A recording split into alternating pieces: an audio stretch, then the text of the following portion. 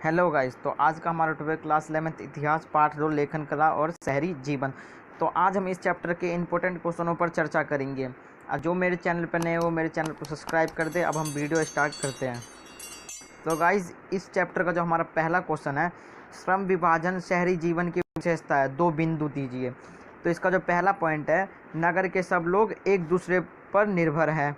Second point है, एक पत्थर की मुद्रा तराशने वाले को कांसे की औजार की आवश्यकता होती है ताकि उसकी विशेषता तो पत्थर उकेरने नक्काशी तक ही सीमित है। हमारा थर्ड पॉइंट है, कांसे के औजार बनाने वाले को भी तांबा, रांगा, टीन और साथ ही लकड़ी के कोयले की आवश्यकता होती है। हमारा सेकंड क्वेश्चन है, मेसोपोटामिया में सामान के आयात निर्यात किस प्रकार होता था। तो हमारा उत्तर है, मेसोपोटामिया में खनिज संसाधन का अभाव, इसलिए वे लकड़ी, तांबा, रांगा, चांदी, सोना, सीपी और अन्य कीमती पत्थरों का तुर्की व ईरान से आयात करते थे। हमारा सेकंड पॉइंट है, वे अपना कपड़ा, कृषि उत्पाद काफ़ी मात्रा में निर्यात करते थे। हमारा थर्ड क्वेश्चन है, मेसोपोटामिया में भाषा के इस्तेमाल का वर्णन कीजिए। तो हमारा जो इसका पहला पॉइंट है, भाषा का इस्तेमाल हिसाब किताब रखने में, शब्दकोश बनाने में, भूमि हस्तांतरण को कानूनी मान्यता प्रदान करने के लिए, कानूनों में परिवर्तन के लिए, राज्यों के कार्यों का वर्णन करने तथा आदेश जारी करने में। हमारा फोर्थ क्वेश्चन है, मुखिया अपने आसपास लोगों को क्यों बसाता है, तर्क दीजिए। तो इसका जो पहला पॉइंट है, आवश्यकता पड़ने पर सेना तैयार मिले।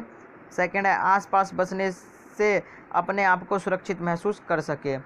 हमारा फिफ्थ क्वेश्चन है, मेसोपोटामिया में बहुत कम लोग पढ़ लिख पाते थे, तर्क स्पष्ट कीजिए।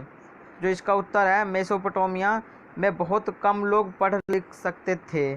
सेकंड है, प्रतीकों या चिन्हों की संख्या सैकड़ों में थी तथा वे अधिक पेचीदा भी थे। जो हमारा सिक्स्थ क्वेश्चन है कि मारी नगर के राजमहल किन्हीं 2 विशेषताओं का वर्णन कीजिए।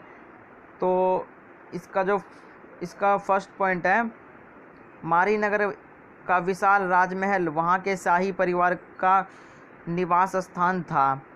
यह राजमहल प्रशासन तथा कीमती धातुओं के निर्माण का मुख्य केंद्र था।